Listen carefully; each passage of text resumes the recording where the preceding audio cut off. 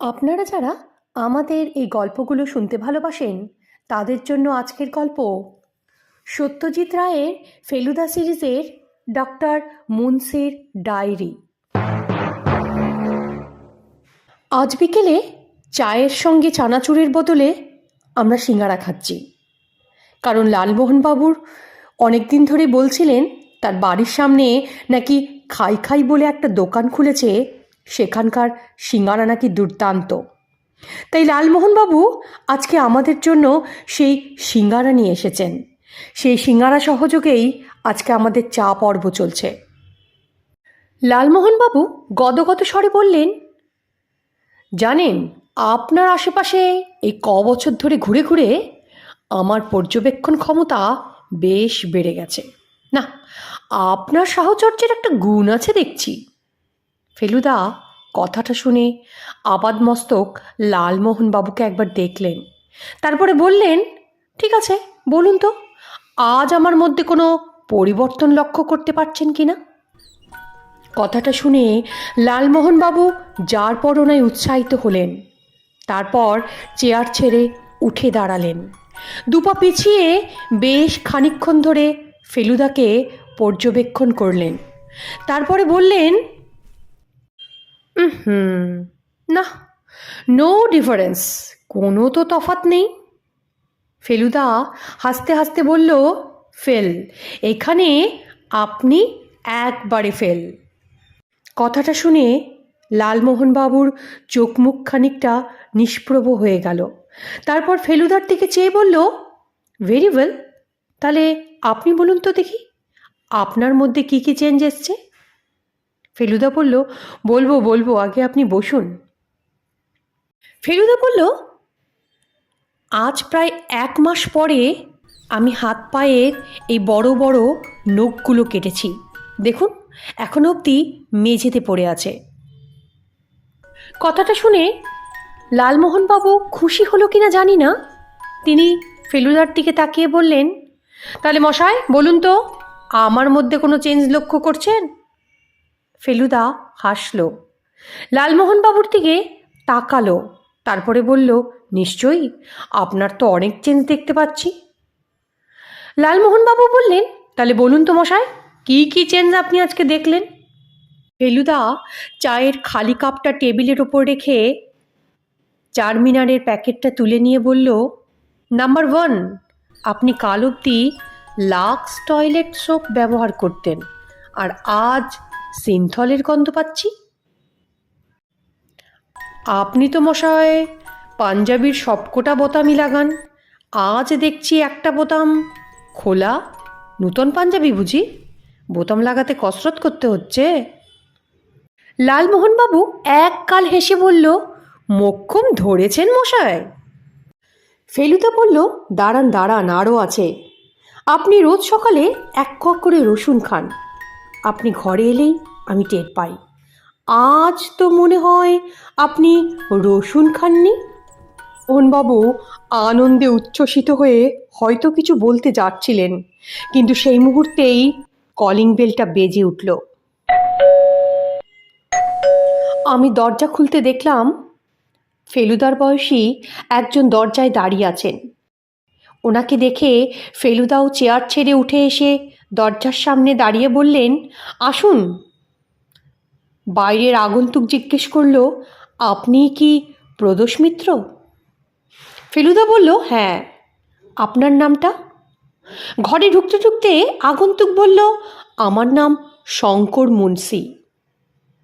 সোফায় বসতে বসতে ভদ্রলোক বলল, আমার বাবা একজন বিখ্যাত মনোবিজ্ঞানী। গত 40 বছর ধরে উনি একটা ডায়েরি লিখেছেন, সেটা পেঙ্গুইন ছাপছে। কিন্তু আরেকটা বিষয়েও তার অনেক জ্ঞান আছে, সেটা হলো শিকার। 25 বছর আগে তিনি শিকার ছাড়লেও ওই ডায়েরিতে তার শিকারের অভিজ্ঞতার বর্ণনা আছে। পেঙ্গুইন এখনও লেখাটা পড়েনি। সাইকিয়াট্রিস্ট শিকারির ডায়েরি শুনেই ছাপার প্রস্তাব দেয়। পেঙ্গুইনের কাছে লেখাটা এখনও যায়নি, কিন্তু তারা জানে যে বাবার লেখার কাজে যথেষ্ট সুনাম আছে। মনোবিজ্ঞান সম্বন্ধে চমৎকার ইংরাজিতে লেখা বাবার অনেক প্রবন্ধ আগে নানা পত্রপত্রিকায় বেরিয়েছে। ফেলুদা জিজ্ঞেস করল, আপনার বাবার লেখাগুলো কি আপনারাই কাগজে দেন? ভদ্রলোক বললেন, না, ওটা প্রকাশকের তরফ থেকে বেরোয়। ফেলুদা আইসি বলে খানিকক্ষণ চুপ হয়ে গেলেন। আগন্তুক ফেলুদার মুখের দিকে তাকিয়ে বলল, আসল কথাটা আপনাকে বলি। আমার বাবার গর্ব যে তিনি নাকি ওই ডায়েরিতে একটিও মিথ্যা কথা লেখেননি। 3 জন লোককে নিয়ে তিনি 3টি ঘটনা ওই ডায়েরিতে উল্লেখ করেছেন, যাদের পুরো নাম তিনি ব্যবহার করেননি। সেই ভদ্রলোকদের 3 জনের নাম এ, জি আর আর নামে ডায়েরিতে জায়গা পেয়েছে। এরা 3 জনই আজ সমাজের সম্মানিত ব্যক্তি, যাকে আমরা বলি সাকসেসফুল। কিন্তু 3 জনেই বেশ অনেককাল আগে 3টে গর্হিত কাজ করেছিল এবং 3 জনেই নানান ফিকিরে আইনের হাত থেকে রেহাই পেয়েছে। যদিও পুরো নাম ব্যবহার না করার দরুন বাবা আইনের হাত থেকে সম্পূর্ণ নিরাপদ, তবু প্রকাশকের কাছ থেকে অফারটা পাওয়ার পর বাবা 3 জনকেই ব্যাপারটা বলেন। এ আর জি প্রথমে আপত্তি তোলে, তারপর বাবা যখন তাদেরকে বুঝিয়ে বলেন তখন তারা অনিচ্ছা সত্ত্বেও রাজি হয়। কিন্তু আর নাকি কোনো রকম আপত্তি তোলেনি, এটা কিন্তু বাবার কথা। গতকাল দুপুরে আমরা সবাই মিলে খেতে বসেছি, এমন সময় চাকর এসে বাবাকে একটা চিঠি দেয়। সেটা পড়ে বাবার মুখ গম্ভীর হয়, কারণ জিজ্ঞেস করাতে বাবার মুখে প্রথম এ আর জি আর আর এর বিষয় শুনি। আগে কিন্তু কিছু জানতাম না। ফেলুদা জিজ্ঞেস করল, কেন বলুন তো? আগন্তুক ভদ্রলোক একটু থেমে তারপরে বললেন, বলতে আপনাকে বাধা নেই। জানেন, আমার বাবা একটু পিকুলিয়ার টাইপের লোক। উনি পেশা আর পেশেন্ট ছাড়া কিছুই জানেন না। আমি, মা, সংসার এসব সম্পর্কে বাবা সম্পূর্ণ উদাসীন। মা মানে অবশ্য আমার বিমাতা, স্টেপ মাদার। আমার যখন 3 বছর বয়স তখন আমার মা মারা যান। তার 2 বছর পরে বাবা আবার বিয়ে করেন। ওই নূতন মা যে আমাকে খুব একটা কাছে টেনে নিয়েছেন তা বলতে পারি না। আমাদের বাড়ির এক অনেক দিনের পুরনো চাকর আমার দেখাশোনা করত। সেই ব্যবধান এখনো রয়েই গেছে। যদিও এটা বলবো যে বাবা স্নেহ যেমন পাইনি তেমন শাসনও পাইনি, বুঝেছেন? ফেলুদা বলল, তাহলে কি ধরতে পারি যে আপনি বাবার ডায়েরিও পড়েননি? আগন্তুক ভদ্রলোক বলল, না, শুধু আমি না, কেউ পড়েনি। আসল প্রসঙ্গ থেকে আমরা একটু দূরে সরে এসেছি। ওই চিঠি কি 3 জনের মধ্যে একজন লিখেছেন? ফেলুদা জিজ্ঞেস করল। ভদ্রলোক খানিকক্ষণ থেমে তারপরে বলল, ইয়েস ইয়েস, এই দেখুন, চিঠিটা আমি সাথেই এনেছি। সঙ্গে সঙ্গে দেখলাম শঙ্করবাবু একটা খাম বার করে ফেলুদার হাতে দিলেন। তা থেকে যে চিঠিটা বেরোলো সেটা ফেলুদার পেছনে দাঁড়িয়ে আমি আর লালমোহন বাবুও পড়লাম। প্রথমেই তলার নামটা দেখলাম, সেখানে লেখা আছে এ। তারপর চিঠিটা পড়লাম, লেখা আছে, I take back my word. Diary ছাপতে হলে আমার অংশ বাদ দিয়ে ছাপতে হবে। এটা অনুরোধ নয়, আদেশ। অমান্য করলে তার ফল কিন্তু আপনাকে ভুগতে হবে। ফেলুদা বলল, আমার কিন্তু একটা প্রশ্ন আছে। ওই যে 3 ব্যক্তির কথা আপনি তখন থেকে বলে যাচ্ছেন, তাদের অপরাধের কথা আপনার বাবা জানলেন কি করে? আগন্তুক বলল, সেটা খুব ইন্টারেস্টিং ব্যাপার। কৌশলে আইনের কবল থেকে মুক্তি পেয়েও এ, জি আর এরা কিন্তু মনে শান্তি পায়নি। গভীর অনুশোচনা, শেষটায় ঘটনাচক্রে ধরা পড়ে যাবার ভয় ক্রমে মানসিক ব্যারামে দাঁড়ায়। বাবার তখন বেশ নামডাক। এরা 3 জনই বাবার কাছে আসে চিকিৎসার জন্য। সাইকিয়াট্রিস্টের কাছে কোনো কিছু লুকানো চলে না। সব প্রশ্নের সঠিক জবাব না দিলে চিকিৎসা হবে না। এই ভেবে বাবা এদের ঘটনাগুলো জানতে পারেন। কথাগুলো শুনে ফেলুদা বলল, হুমকি চিঠি একমাত্র কি এটাই এসেছে, না এর আগে আরও এসেছে? আগন্তুক বলল, আপাতত এটাই, তবে বাকি যে দুজন আছে তাদের ওপরেও বাবার সংশয় আছে। আবার প্রশ্ন করলো, আচ্ছা এই যে তিনজন আর এদের যে অপরাধ, এদের নাম, ঠিকানা, আসল সব কিছু কি আপনি জানেন? ভদ্রলোক বলল, না, এসব কিছুই জানি না। এদের নাম, এরা কি করেন, বাবা আমাকে কিছুই বলেননি, তবে হয়তো আপনাকে বলবেন। ফেলুদা বলল, উনি কি আমার খোঁজ করেছেন? ভদ্রলোক হাসল, বলল, সেই জন্যই তো এলাম। বাবা ওর এক পেশেন্টের কাছ থেকে আপনার নাম শুনেছেন, আমাকে জিজ্ঞেস করাতে আমি বললাম, গোয়েন্দা হিসেবে তো আপনার নামের যথেষ্ট খ্যাতি আছে। তখনই বাবা আমাকে বলল, মানুষের মনের চাবিকাঠি হাতে না থাকলে ভালো গোয়েন্দা হওয়া যায় না। ওকে একবার কল দিলে ভালো হতো, বুঝেছ? এসব হুমকি টুমকি শান্তি ভঙ্গ হয়, ফলে কাজের ব্যাঘাতও ঘটছে আমার। সেটা আমি একবারেই চাই না। আমি তখনই বাবাকে জিজ্ঞেস করি যে আপনাকে কখন আসতে বলবো। বাবা বলেছিলেন, রবিবার যদি সকাল 10টায় আপনার সময় হয়, সে সময় আসলে যথেষ্ট ভালো হয়। ফেলুদা কথাগুলো মন দিয়ে শুনছিল, তারপরে বলল, বেশ তো, আমার দিক থেকে তেমন কোনো আপত্তি নেই। ভদ্রলোক উঠতে উঠতে এক কথাই বলল, তাহলে ওই কথাই রইল, রবিবার সকাল 10টা। আমার বাড়ির ঠিকানা নাম্বার 7 সুইনহো স্ট্রিট। 7 নাম্বার সুইনহো স্ট্রিট ডাক্তারের বাড়ি বলে মনে হয় না। সদর দরজা দিয়ে ঢুকলেই সামনেই চোখে পড়ে একটা দাঁড়ানো রয়্যাল বেঙ্গল টাইগার, আর তার পেছনের দেওয়ালের ওপর একটা বাইসনের মাথা। শঙ্করবাবু নিচেই অপেক্ষা করছিলেন। আমরা তার সঙ্গে দোতলায় গিয়ে বৈঠকখানায় বসলাম। এ ঘরে চতুর্দিকে শুধু শিকারের চিহ্ন। ভদ্রলোক ডাক্তারি করে এত জানোয়ার মারার সময় যে কখন পেল, সেটাই আমি মনে মনে ভাবছিলাম। মিনিট খানিকের মধ্যেই ডাক্তার মুন্সি এসে পড়লেন। তার মাথার চুল সাদা হয়ে গেছে, তবে এখনও সে বেশ শক্ত সামর্থ্য, সেটা দেখলেই বোঝা যায়। ভদ্রলোক ফেলুদার সঙ্গে হ্যান্ডশেক করলেন, তারপর বললেন, আপনার তো দেখছি ব্যায়াম করা শরীর, ভেরি গুড।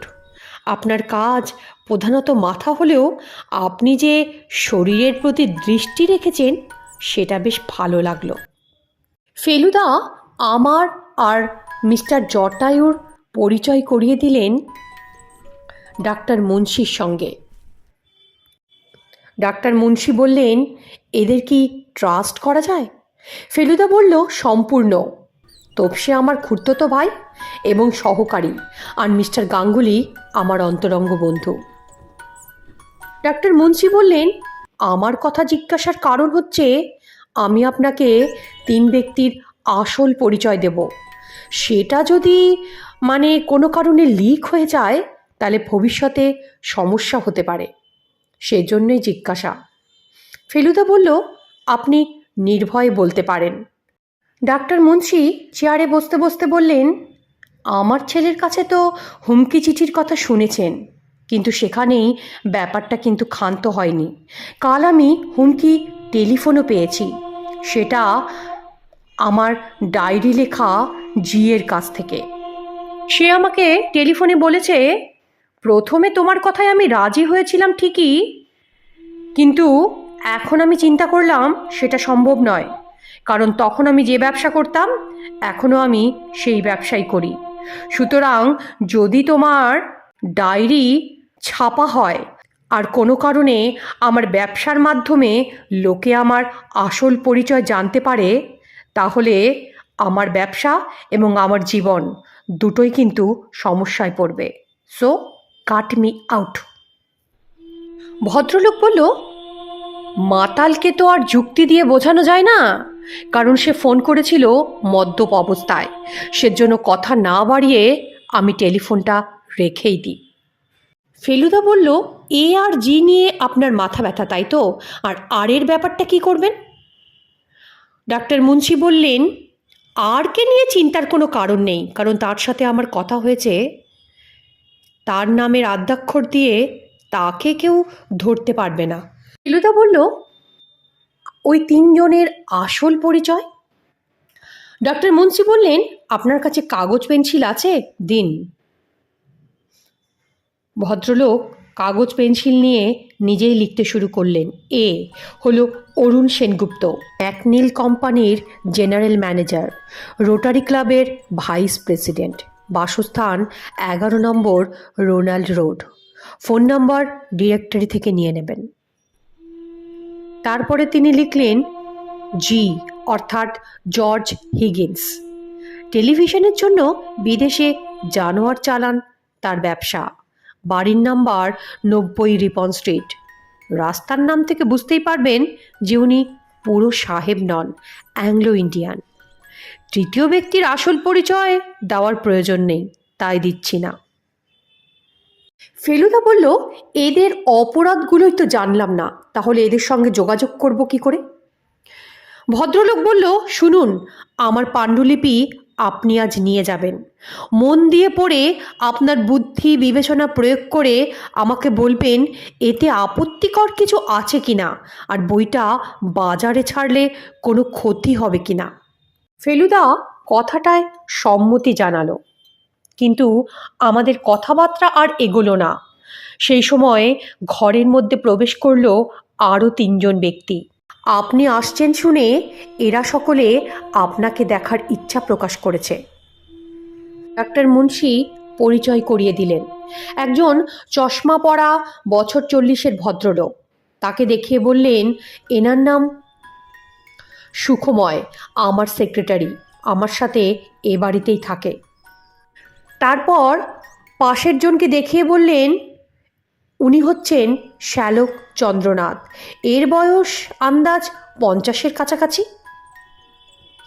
তারপর তিনি শেষে যাকে নির্দেশ করলেন তিনি হলেন ওনার পেশেন্ট রাধাকান্ত মল্লিক, চিকিৎসার জন্য এখানেই আছেন। ডাক্তার মুন্সি সেক্রেটারির দিকে ফিরে বললেন, সুখময়, দাও লেখাটা, প্রদোষবাবুকে দাও। ভদ্রলোক 2 মিনিটের মধ্যে একটা বড় খাম এনে ফেলুদাকে দিল। ডাক্তার মুন্সি বললেন, দেখুন, এটা হচ্ছে আমার লেখা ডায়েরি, এর কিন্তু কোনো কপি নেই। পাবলিশারকে দেওয়ার আগে সুখময় সেটা টাইপ করবে। ফেলুদা বলল, আপনি চিন্তা করবেন না, আমি এটার মূল্য যথেষ্ট বুঝি। আমরা 3জনেই উঠে দাঁড়ালাম। শঙ্করবাবু পাশের ঘরেই অপেক্ষা করছিলেন। এবার এসে আমাদের সদর দরজা অবধি এগিয়ে দিল। তারপর লালমোহনবাবুর সবুজ অ্যাম্বাসেডারে চড়ে আমরা বাড়িমুখো হলাম। গাড়িতে আস্তে আস্তে লালমোহনবাবু ফেলুদার দিকে তাকিয়ে রিকোয়েস্টের ভঙ্গিতে বলল, একটা কথা বলবো। ফেলুদা বলল, কি? লালমোহনবাবু গদগদ হয়ে বললেন, আপনার পড়া হলে কি আমি 2-1 দিনের জন্য পেতে পারি? দেখুন মশাই, রিফিউজ করবেন না কিন্তু প্লিজ। ফেলুদা খানিকটা পিটপিট করে হাসল, তারপরে বলল, আপনার কি না পড়লেই নয়? লালমোহনবাবু বলল, না না, সত্যিই না পড়লে নয়, বিশেষ করে শিকারের কাহিনী পড়তে আমার দুর্দান্ত লাগে। ফেলুদা বলল, বেশ, দেব, তবে 2 দিন নয়, আপনি যে সকালে নেবেন পরের দিন সকালে ফেরত দেবেন। তার মধ্যে শিকারের অংশ অবশ্য আপনার পড়া হয়ে যাবে, তাই তো? কারণ 1965 সালের পর ভদ্রলোক আর শিকার করেননি। লালমোহনবাবু মাথা নেড়ে কথাটায় সম্মত হলেন। ডাক্তার মুন্সির হাতের লেখা বেশ পরিষ্কার, কিন্তু তাহলেও 375 পাতার পাণ্ডুলিপিটা পড়তে ফেলুদার লাগলো 3 দিন। এত সময় লাগার একটা কারণ অবশ্য, ফেলুদা পড়ার ফাঁকে ফাঁকে কিছু জিনিস নোট করে নিচ্ছিল। 3 দিনের পরের দিন রবিবার সকালে যথারীতি জটায়ু এসে হাজির।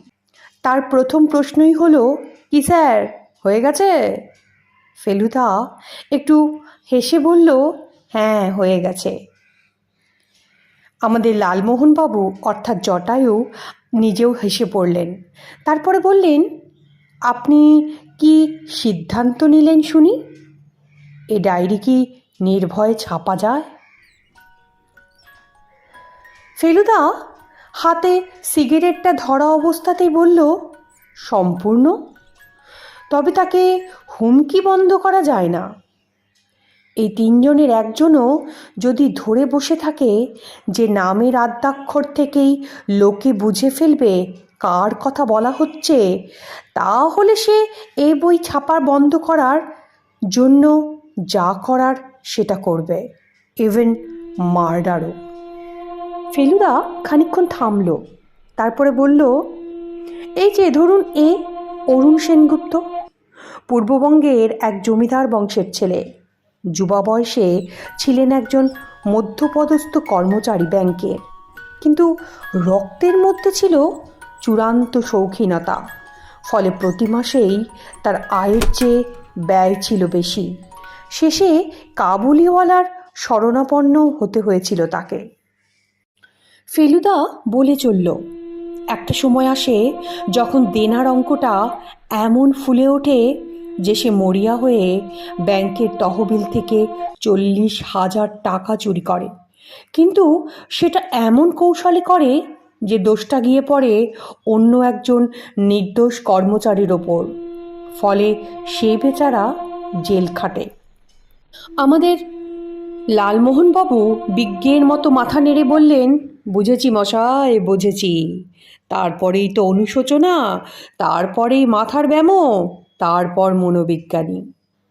কিন্তু ভদ্রলোক যে এখন একেবারে সমাজের উপরতলায় বসে আছেন, তার মানে বলেন মুন্সির চিকিৎসায় কাজ হয়েছে, তাই তো?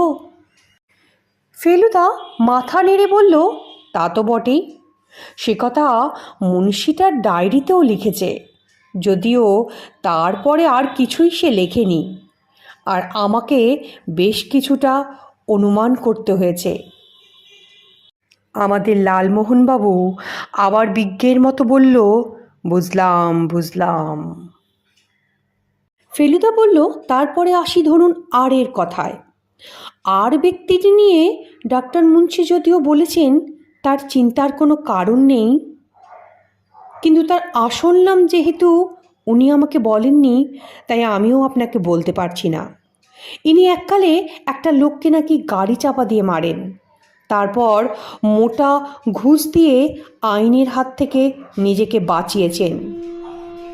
পরবর্তীকালে ইনিও বিবেক যন্ত্রণায় জর্জরিত হয়ে ডাক্তার মুন্সির শরণাপন্ন হন। আর শুনুন লালমোহনবাবু, সবথেকে ইন্টারেস্টিং হলো জিয়ের ঘটনা। লালমোহনবাবু একটু ব্যগ্র হয়ে বললেন, কীরকম মশাই, কীরকম? ফেলুদা বলল, ইনি যে ফিরিঙ্গি সে তো আপনি জানেন, তার ব্যবসার কথাও জানেন। 90 নম্বর রিপন স্ট্রিটে একটা বড় দোতলা বাড়িতে থাকতেন জর্জ হিগিন্স। 1960-এ এক সুইডিশ ফিল্ম পরিচালক কলকাতায় আসেন ভারতবর্ষের ওপর একটা ডকুমেন্টারি ছবি বানাবেন বলে। তার গল্পের জন্য একটা লেপার্ডের প্রয়োজন ছিল। ইনি হিগিন্সের খবর পেয়ে তার সঙ্গে দেখা করতে চান। হিগিন্সের একটা লেপার্ড ছিল বটে, কিন্তু সেটা রপ্তানির জন্য নয়, সেটা তার পোষা। অনেক টাকা দিয়ে সুইডিশ পরিচালক 1 মাসের জন্য লেপার্ডটাকে ভাড়া আনেন। কথা হয় যে 1 মাস বাদে অক্ষত অবস্থায় তিনি লেপার্ডটাকে ফেরত দেবেন।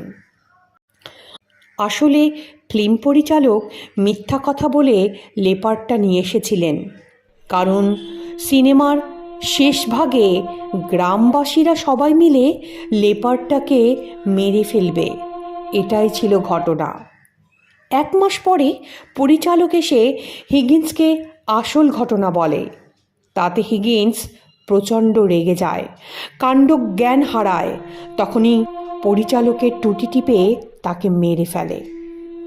কিন্তু পর মুহূর্তেই যখন তার রাগ কমে গেল, তখন তার মধ্যে আসলো আতঙ্ক।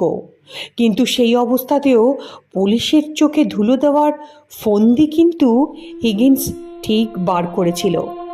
সে প্রথমে ছুরি দিয়ে মৃত পরিচালকের সর্বাঙ্গ ক্ষতবিক্ষত করেছিল। তারপর তার কালেকশনের একটা হিংস্র বনবিড়ালের খাঁচার দরজা খুলে দিয়েছিল। তার কিছুক্ষণ বাদে সেই বনবিড়ালটাকে সে নিজেই গুলি করেছিল। ফলে ব্যাপারটা দাঁড়ালো এরকম: খাঁচা ছাড়া বনবিড়াল পরিচালককে হত্যা করে, আর পরিচালককে বাঁচাতে গিয়ে বনবিড়ালকে হত্যা করে হিগিন্স। হিগিন্সের এই বুদ্ধিটা কাজে দেয়। হিগিন্স আইনের হাত থেকে বেঁচেও যায়। কিন্তু তারপর 1 মাস ধরে ক্রমাগত সে নাকি ফাঁসি কাঠে ঝোলার স্বপ্ন দেখতে থাকে। তাই অগত্যা ডাক্তার মুন্সির শরণাপন্ন হয়। কথাগুলো সবিস্তারে শুনে জটায়ু বলল, তাহলে এখন কিংকর্তব্য? ফেলুদা কথাটা শুনে হেসে ফেলল, বলল, আমাদের এখন 2টো কর্তব্য। এক হলো পাণ্ডুলিপিটা আপনাকে দেওয়া, আর 2 একে টেলিফোন করা। জটায়ু হাসি মুখে ফেলুদার হাত থেকে পাণ্ডুলিপি ভরা খামটা নিল। এতটা খুশি তাকে সবসময় কিন্তু দেখা যায় না। সেই সময় ফেলুদা আমায় বলল, তোপসে, ডাইরেক্টরি দেখে অরুণ সেনগুপ্তর ফোন নাম্বারটা আমাকে বার করে দিত। আমি যেই ডাইরেক্টরিটা হাতে নিতে যাব, সঙ্গে সঙ্গেই ফোনটা বেজে উঠল। ফোনটা আমি ধরলাম, ডাক্তার মুন্সির ফোন। বলতেই ফেলুদা ছুটে এসে প্রায় আমার হাত থেকে কেড়েই রিসিভারটা নিল। ফেলুদার সঙ্গে ফোনে তার কি কথা হলো সবটা তো বুঝতে পারলাম না, কিন্তু ফোনটা রাখার পর ফেলুদা আমাদের যা বলল সেটা হচ্ছে এরকম: অরুণ সেনগুপ্ত নাকি ডাক্তার মুন্সিকে আবার একটা হুমকি চিঠি দিয়েছে। দ্বিতীয় হুমকি চিঠিতে লেখা আছে 7 দিন সময়, তার মধ্যে কলকাতার প্রত্যেক বাংলা আর ইংরাজি কাগজে বিজ্ঞপ্তি দেখতে চাই যে অনিবার্য কারণে ডায়েরি ছাপা সম্ভব না। 7 দিনের মধ্যে আপনি যদি এই কাজটা না করেন তাহলে আর হুমকি নয়, এরপরে যা ঘটবে সেটা আপনার পক্ষে প্রীতিকর হবে না বলাই বাহুল্য। ফেলুদার কাছ থেকে কথাগুলো শোনার পর আমি অরুণ সেনগুপ্তর ফোন নাম্বারটা ফেলুদার হাতে দিলাম। ফেলুদাকে দেখলাম ফোন নাম্বারটা ডায়াল করে একবারেই লাইন পেয়ে গেল। তারপর তাদের মধ্যে কিছুক্ষণ খুব আস্তে কথাবার্তা চলল। কথাবার্তার পর ফোন রেখে ফেলুদা ঘুরে এসে নিজের চেয়ারে বসলেন। তারপরে আমাদের দুজনকে উদ্দেশ্য করে বললেন, যে ভদ্রলোকটাকে ফোন করেছিলাম, ভাবতে পারিস সে নাকি 5 মিনিটের মধ্যে আমাকেই ফোন করতেন। জটায়ু বলল, কেন কেন কেন মশাই? ফেলুদা বলল, সেটা তো ফোনে বললেন না, তবে অ্যাপয়েন্টমেন্ট হলো আধ ঘন্টা বাদে। 11 নম্বর রোনাল্ড রোড, সাহেবী আমলের দোতলা বাড়ি। দরজায় বেল টিপতে একজন উর্দি পরা বেয়ারা এসে দরজা খুলল। সে কার্পেট ঢাকা সিঁড়ি দিয়ে আমাদের দোতলায় নিয়ে গেল, নিয়ে গিয়ে বৈঠকখানায় বসালো। মিনিট 2-এর মধ্যেই মিস্টার সেনগুপ্ত প্রবেশ করলেন। বাড়ির সঙ্গে মানানসই তার সাহেবী মেজাজ। পরনে ড্রেসিং গাউন, পায়ে বেডরুম স্লিপার, হাতে চুরুট। পরিচয় পর্ব শেষ হবার পর ভদ্রলোক জিজ্ঞেস করলেন, আপনারা ড্রিঙ্ক করেন? ফেলুদা প্রথমেই মাথা নাড়িয়ে জানালো না। ভদ্রলোক ফেলুদার দিকে তাকিয়ে বলল, আমি যদি বিয়ার খাই আপনারা মাইন্ড করবেন না তো? ফেলুদা একগাল হেসে বলল, মোটেই না। ভদ্রলোক বেয়ারাকে ডেকে নিজের জন্য বিয়ার আর আমাদের 3 জনের জন্য চায়ের অর্ডার দিল। ফেলুদা বলল, আপনি আমাকে কেন ফোন করতে যাচ্ছিলেন সেটা কি আগে জানতে পারি? মানে যদি আপনার আপত্তি না থাকে তারপর আমার দিকটা বলবো। ভদ্রলোক বললেন, বেশ তো, অসুবিধের কি আছে? আপনি জেপি চাওলার নাম শুনেছেন তো? ব্যবসাদার গুরুপ্রসাদ চাওলা, যার নামে চাওলা ম্যানসন। ফেলুদা মাথা নেড়ে সম্মতি জানালো। তারপর ভদ্রলোক আবার বলতে শুরু করলো, তার এক নাতি মিসিং, সম্ভবত কিডন্যাপড। কাগজে দেখেছিলাম বটে, বলল ফেলুদা। মিস্টার সেনগুপ্ত বলল, গুরুপ্রসাদ আমার অনেক দিনের বন্ধু। পুলিশ তদন্ত করেছে বটে, কিন্তু আমি ওকে আপনার নাম সাজেস্ট করি। ভুলু সেহেনবিশের কাছে আপনার খুব সুখ্যাতি শুনেছি কি না? ফেলুদা একটু গম্ভীর হয়ে বলল, হ্যাঁ, ওনাকে একটি বিশেষ কাজে আমি সাহায্য করেছিলাম। মিস্টার সেনগুপ্ত বললেন, তাহলে আমি চাওলাকে কি বলি বলুন তো? ফেলুদা একটু দুঃখের সঙ্গে জানালো, মিস্টার সেনগুপ্ত, অলরেডি একটা কেস আমার হাতে আছে। আমি তো একসঙ্গে দুটো কেসের ফলো আপ করতে পারবো না। কথাটা শুনে মিস্টার সেনগুপ্ত একটু অবাক হয়ে বললেন, ওহ, আই সি। তারপর ফেলুদা আবার বলল, আমি যে কেসটা হাতে নিয়েছি সেই ব্যাপারে আপনার কাছে এসেছি। ভদ্রলোক বলল, কি ব্যাপার শুনি? ফেলুদা বলল, আমি ডাক্তার মুন্সির কাছ থেকে আসছি। ভদ্রলোক কথাটা শুনে যেন হঠাৎ করে রেগে উঠল, বলল, হোয়াট? কথাটা বলতে বলতেই সে সোফা থেকে একবারে লাফ দিয়ে উঠে দাঁড়ালো, বলল, মুন্সি আপনাকে আমার পরিচয় দিয়ে দিয়েছে? তার মানে তো রাজ্যশুদ্ধ লোক জেনে গেছে যে মুন্সির ডায়েরির এ ব্যক্তিটির আসলে কে? ফেলুদা বলল, আপনি একটু শান্ত হন মিস্টার সেনগুপ্ত, একটু শান্ত হন। আমি অত্যন্ত সাবধানী লোক। গোপন ব্যাপার কি করে গোপন রাখতে হয় আমি জানি। আমার ওপর আপনি সম্পূর্ণ ভরসা রাখতে পারেন। তবে আপনি যদি এই ঘন ঘন হুমকি চিঠি দেন, তার ফল কি হবে সেটা আমি জানি না। ভদ্রলোক রেগে গিয়ে বললেন, হুমকি চিঠি দেব না তো কি করব? আপনি কি ডায়েরিটা পড়েছেন? ফেলুদা বলল, পড়েছি। তখন ভদ্রলোক বিস্ময় নিয়ে ফেলুদার মুখের দিকে তাকিয়ে বলল, আপনার কি মনে হয়েছে? ফেলুদা নিজেকে সংযত করে বলল, 30 বছর আগেকার ঘটনা। এর মধ্যে অন্তত 100-5 ব্যাংকে তহবিল তছরূপ হয়েছে। যারা এ কাজ করেছে হয়তো তাদের অনেকেরই নামের প্রথম অক্ষর এ। সুতরাং আপনার ভয় সম্পূর্ণ অমূলক। ভদ্রলোক এবার একটু স্থিত হয়ে বললেন, মুন্সি কি ব্যাংকের নাম করেছে? ফেলুদা বলল, না। তারপর ফেলুদা আবার মিস্টার সেনগুপ্তর দিকে তাকিয়ে বলল, আমি আপনাকে আবার বলছি, আপনার ভয়ের কোনো কারণ নেই। আর এই ধরনের চিঠি দিয়ে আপনার লাভটা কি হচ্ছে? ডাক্তার মুন্সি আইনের দিক দিয়ে কিন্তু সম্পূর্ণ নিরাপদ। অর্থাৎ আপনি কোনো লিগ্যাল স্টেপ নিতে পারছেন না। তাহলে কি আপনি আইনের বাইরে কিছু করার কথা ভাবছেন? ভদ্রলোক তো আগে থেকেই রেগে গেল। আরও রেগে গিয়ে বলল, আমার বিপদের আশঙ্কা দেখলে আমি ওসব আইন টাইন মানব না মিস্টার মিত্তির।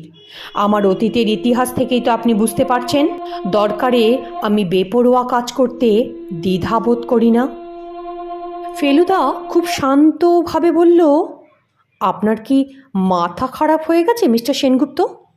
তখনকার আপনি আর এখনকার আপনি কি এক? আজ আপনি সমাজের সম্মানিত ব্যক্তি। এই অবস্থায় আপনি এমন একটা ঝুঁকি নেবেন? কথাগুলো শুনে মিস্টার সেনগুপ্ত খানিকক্ষণ চুপচাপ বসে কি যেন ভাবলেন। তারপর চুপচুপ করে বিয়ার খেলেন। তারপর তার চাহনির অনেকটা পরিবর্তন হলো। তিনি একটা দীর্ঘ নিঃশ্বাস ফেলে এক চুমুকে বাকি বিয়ারটা শেষ করে গেলাসটা টেবিলের ওপর রেখে বলল, ঠিক আছে, damn it, let him go ahead. Feluda বলল, আপনি তাহলে হুমকি চিঠির ব্যাপারে ইতি টানছেন তো? ভদ্রলোক বলল, ইয়েস ইয়েস, তবে বিপদের আশঙ্কা দেখলে কিন্তু। ফেলুদা বলল, বুঝতে পেরেছি, আর আপনাকে কিছু বলতে হবে না। পরের দিন সকালে যথারীতি লালমোহনবাবু পাণ্ডুলিপি ফেরত দিতে এলেন। ফেলুদা বলল, মশাই, এখন আর চাটা হবে না, কিন্তু আমাদের খানিকক্ষণের মধ্যেই বেরোতে হবে, কারণ আধ ঘন্টার মধ্যে জিয়ের সঙ্গে অ্যাপয়েন্টমেন্ট আছে। আমরা যখন তিনজন পৌঁছে 90 নম্বর রিপন স্ট্রিটের দরজায় বেল বাজালাম, তখন মিস্টার হিগিন্স নিজেই এসে দরজা খুলেছিলেন। তারপর আমাদের সাথে করমর্দন করে তিনি আমাদেরকে বৈঠকখানায় নিয়ে গেলেন। বসবার ঘরে পৌঁছে সোফায় বসেই হিগিন্স ফেলুদার উদ্দেশ্যে বলল, you are a detective? Feluda বলল, ইয়েস, এ প্রাইভেট ওয়ান। আমরা যখন ভদ্রলোকের ঘরে ঢুকছিলাম, তখন দেখেছিলাম দুপাশের খাঁচায় ভর্তি রয়েছে বিভিন্ন রকম হিংস্র জন্তু জানোয়ার। কোনো খাঁচায় বাঘ, কোনো খাঁচায় হায়না, আরও গোটা কয়েক কোয়ালা ভাল্লুক বসে রয়েছে দেখলাম মেঝেতে। ভদ্রলোক হঠাৎ করেই যেন একটু ইম্পালসিভ হয়ে গেলেন। তিনি বললেন ফেলুদার দিকে তাকিয়ে, আই মাস্ট সে, সে আমার বিপদে আমাকে অনেক উপকার করেছে। ফেলুদা সঙ্গে সঙ্গে বলল, তাহলে আপনি তাকে শাসাচ্ছেন কেন? হিগিন্স কিছুক্ষণ চুপ করে থেকে বলল, সেটার একটা কারণ হচ্ছে, সেদিন রাত্রে আমার নেশার মাত্রাটা একটু বেড়ে গিয়েছিল। তবে মানুষের কি ভয় করে না? আমার বাবা কি ছিলেন জানো? Station master. আর আমি নিজের চেষ্টায় আজ এখানে পৌঁছেছি। এ আমার একচেটিয়া ব্যবসা। মুন্সির ডায়েরি ছাপা হলে যদি কেউ আমাকে চিনে ফেলে, তাহলে আমার এই ব্যবসার কি দশা হবে ভাবতে পারছেন? ফেলুদা এক প্রকার বোঝানোর মতোই শাসানোর গলায় বলল, আপনি আইন বাঁচিয়ে তো কিছু করতে পারবেন না, তাহলে কি আপনার ইচ্ছা আপনি বাঁকা রাস্তায় কিছু করবেন? তাতে কি আপনার প্রেস্টিজ আরও বিপন্ন হবে না? কথাটার মধ্যে একটা যেন জোর ছিল। হিগিন্স কিছুক্ষণ চুপ করে বিড়বিড় করে বলল, একবার কেন, শতবার খুন করতে পারতাম ওই পাজি সুইডিশটাকে। বাহাদুর আমার সাধের লেপার্ড, মাত্র 4 বছর তার বয়স, তাকে কিনা মেরে ফেললো নিয়ে গিয়ে। পরবর্তী 10 সেকেন্ড আমরা সবাই চুপচাপ। তারপর হঠাৎ সোফার হাতলে চাপড়ে গলা তুলে হিগিন্সই বলল, ঠিক আছে, মুন্সিকে বলো আমি কোনো পরোয়া করি না, ও যা করছে করুক। বই বেরোলে লোকে আমাকে চিনে ফেললেও আই ডোন্ট কেয়ার। আমার ব্যবসা কেউ টলাতে পারবে না। ফেলুদা চট করে উঠে দাঁড়ালো, বলল, thank you mister Higgins, thank you once again. সেখান থেকে বেরিয়ে আমরা লালমোহনবাবুর গাড়ি চড়ে পৌঁছে গেলাম ডাক্তার মুন্সির বাড়ি। আজকে তার পাণ্ডুলিপিটা ফেরত দেওয়ার কথা ছিল। ফেলুদা পাণ্ডুলিপিটা ফেরত দিয়ে মিস্টার এ আর মিস্টার জি এর সম্বন্ধে প্রয়োজনীয় তথ্য সব মুন্সিকে জানালো। ডাক্তার মুন্সি ফেলুদাকে একটা বড় ধন্যবাদ দিয়ে বললেন, তাহলে তো আপনার কর্তব্য সারা হয়ে গেল মশাই, এবারে আপনার ছুটি। ফেলুদা উঠতে উঠতে বলল, আপনি ঠিক বলছেন তো? আর সম্বন্ধে আমার কিছু করার নেই তো? ভদ্রলোক বললেন, নাথিং। আপনি আপনার বিল টাইমে পেয়ে যাবেন। আমি ইমিডিয়েটলি আপনাকে পেমেন্ট করে দেব। Thank you sir. বাড়ি ফিরে এসে সোফায় বসতে বসতে জটায়ু বলল, এটাকে কি ঠিক মামলা বলা চলে মশাই, বলেন তো?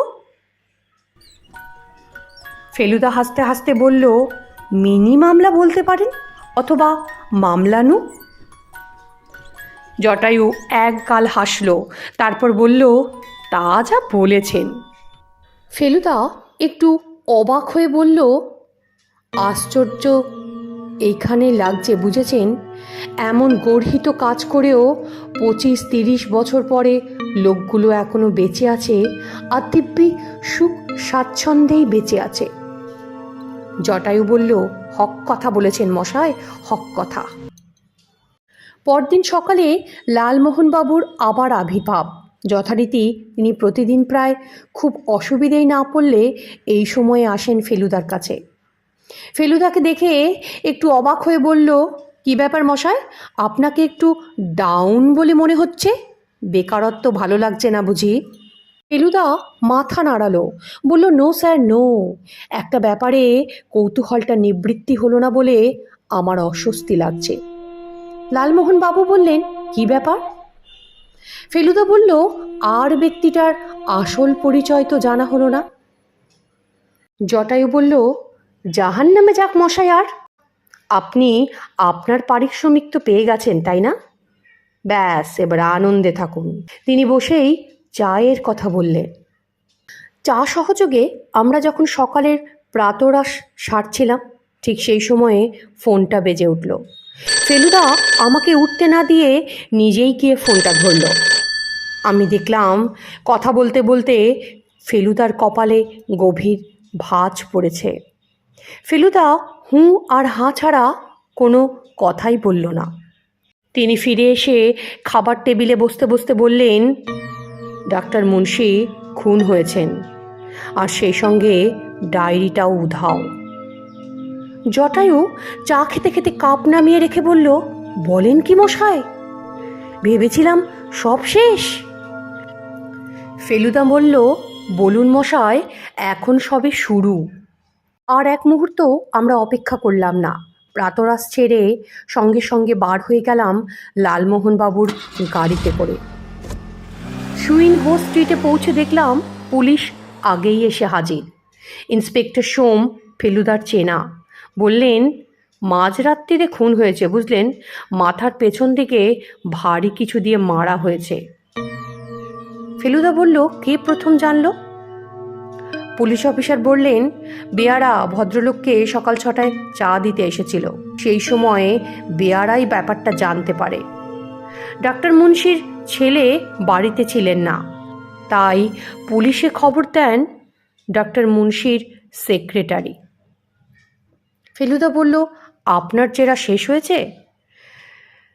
মিস্টার সোম বলল, তা হয়েছে, আপনি নিজের মতো চালান। আপনি যে আমাদের কাজে ব্যাঘাত ঘটাবেন না সেটা আমি জানি। আর বাড়িতে মোটে 4টে প্রাণী, ভদ্রলোকের ছেলে, সেক্রেটারি, শ্যালক আর পেশেন্ট।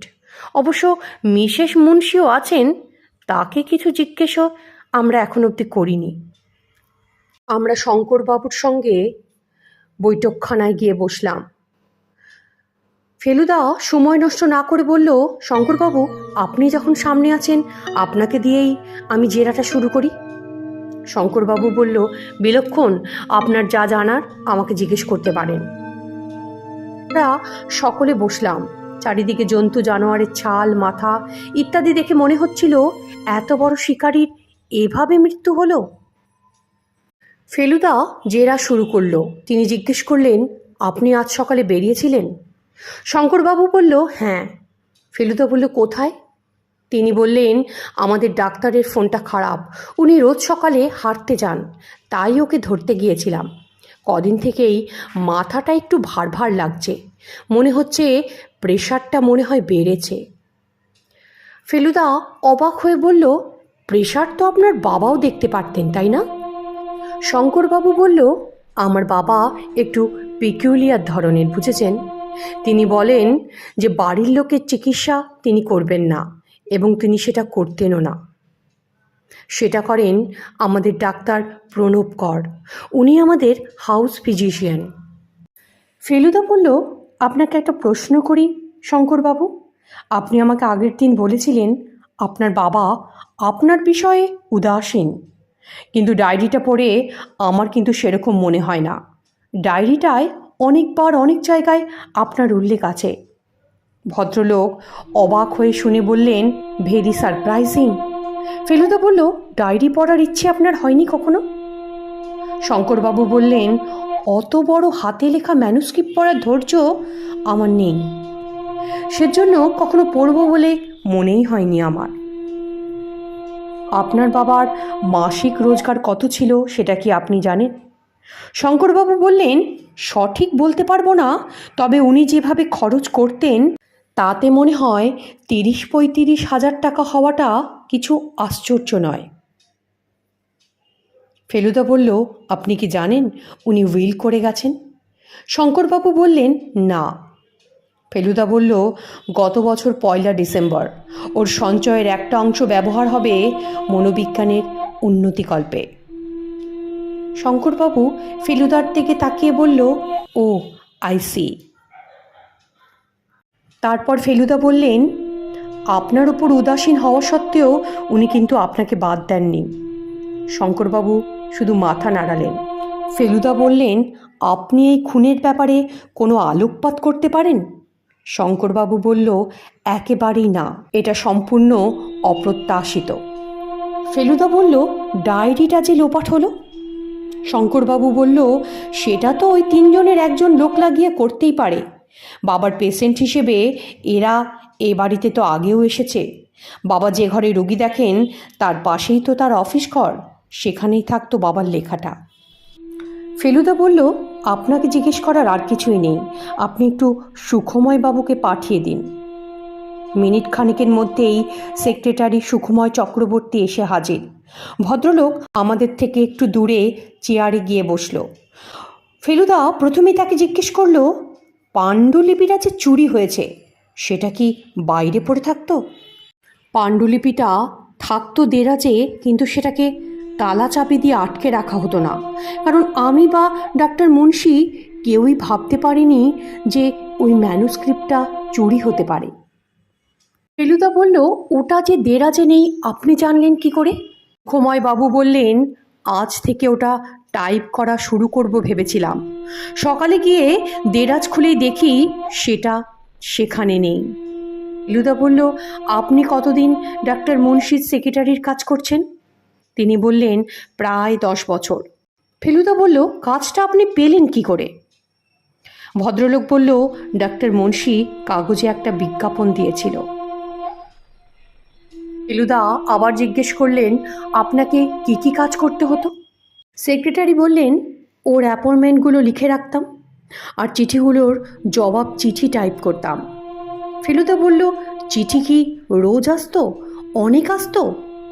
সেক্রেটারি বলল, তা মন্দ না, বিভিন্ন দেশের মনোবিজ্ঞান সংস্থা থেকে নিয়মিতই চিঠি আসতো।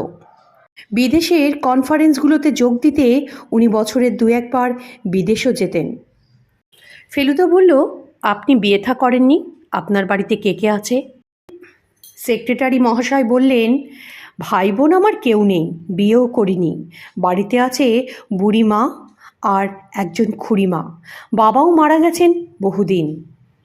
ফেলুদা বলল, এই খুনটা সম্পর্কে আপনি কোনো আলোকপাত করতে পারেন? মিস্টার সেক্রেটারি বললেন, একেবারেই না। ডায়েরি বেহাত হতে পারে, সেটা হুমকি চিঠি দেখে খানিকটা বোঝা গেলেও খুনটা কিন্তু একবারে অর্থহীন বলেই মনে হচ্ছে। ফেলুদা বলল, ডাক্তার মুন্সি বস হিসেবে কেমন ছিল? তিনি বললেন, খুব ভালো। তিনি অত্যন্ত স্নেহ করতেন, আমার কাজে সন্তুষ্টও ছিলেন এবং ভালো মাইনেও দিতেন। ফেলুদা বলল, আপনি কি জানেন ডাক্তার মুন্সির এই বই বেরোলে তার অবর্তমানে বইয়ের স্বত্বাধিকার হতেন আপনি নিজে? সুখময় চক্রবর্তী বলল, জানি, ডাক্তার মুন্সি কথাটা আমাকে আগেই বলেছেন। ভদ্রলোক ফেলুদার দিকে তাকিয়ে অবিশ্বাস্য স্বরে বললেন, আপনি কি ইঙ্গিত করছেন বলুন তো, ওই রয়্যালিটির লোভে আমি ডাক্তার মুন্সিকে খুন করেছি? ফেলুদা বলল, দেখুন, বিশ্বাস অবিশ্বাস পরের ব্যাপার, তবে মোটিভ তো একটা থেকেই যাচ্ছে, তাই না? ভদ্রলোক বললেন, আমার যেখানে টাকার অভাব নেই সেখানে শুধু রয়্যালিটির লোভে আমি একটা লোককে খুন করব, এটাও কি আপনার কাছে খুব বিশ্বাসযোগ্য একটা পয়েন্ট? ফেলুদা ওনার দিকে তাকিয়ে বললেন, আপনি এক কাজ করুন, আপনি মুন্সির শালাকে পাঠিয়ে দিন, আপনার সঙ্গে আপাতত আর কোনো কথা নেই। ডাক্তার মুন্সির সেক্রেটারি চলে যেতেই জটায়ু জিজ্ঞেস করল, আপনার কি মনে হচ্ছে বলুন তো, ডায়েরি লোপাট আর খুনটা সেপারেট ইস্যু না পরস্পর জড়িত? ফেলুদা কথাটার কোনো বিশেষ উত্তর দিলেন না, শুধু একটু হাসলেন। প্রায় সঙ্গে সঙ্গেই ডাক্তার মুন্সির শালা এসে উপস্থিত হলো, কপালে ঘাম মুছতে মুছতে। তাকে বেশ নার্ভাসও দেখাচ্ছিল। ফেলুদা বললেন, আপনার নাম চন্দ্রনাথ, তা পদবিটা কি? ভদ্রলোক বলল, বোস। আপনি এখানে কতদিন আছেন? তিনি বললেন, এই ধরুন বছর 15। ফেলুদা বলল, আচ্ছা, ডাক্তার মুন্সি কি আপনাকে নিজের থেকে এখানে থাকতে বলেছেন এই বাড়িতে? ভদ্রলোক বলল, না, আমার বোনের পীড়াপিড়িতে তিনি রাজি হন। প্রথমে অবশ্য তিনি রাজি হননি, কারণ আমি কোনো চাকরি বাকরি করি না। ফেলুদা বলল, তাহলে আপনার হাত খরচ চলে কি করে?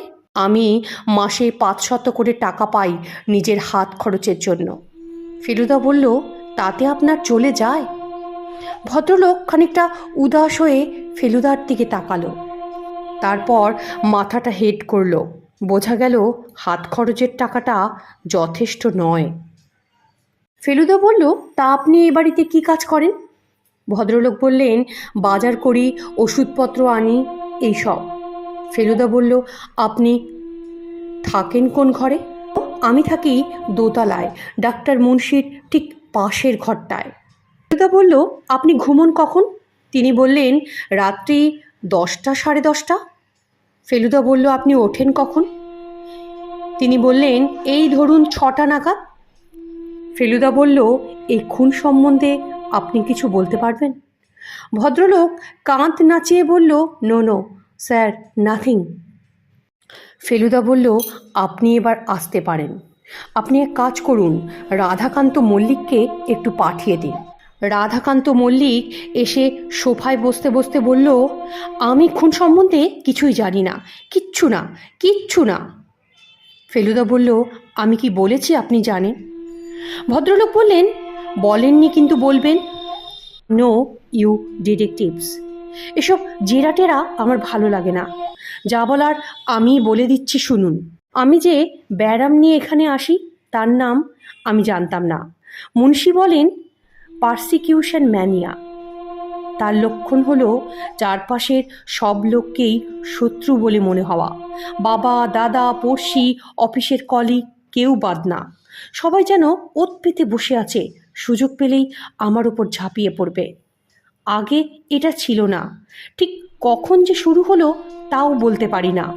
শুধু এটা বলতে পারি যে শেষের দিকে এমন হয়েছিল যে রাত্রিরে আমি ঘুমোতে পারতাম না, পাছে ঘুমোলে কেউ আমার বুকে ছুরি মারে।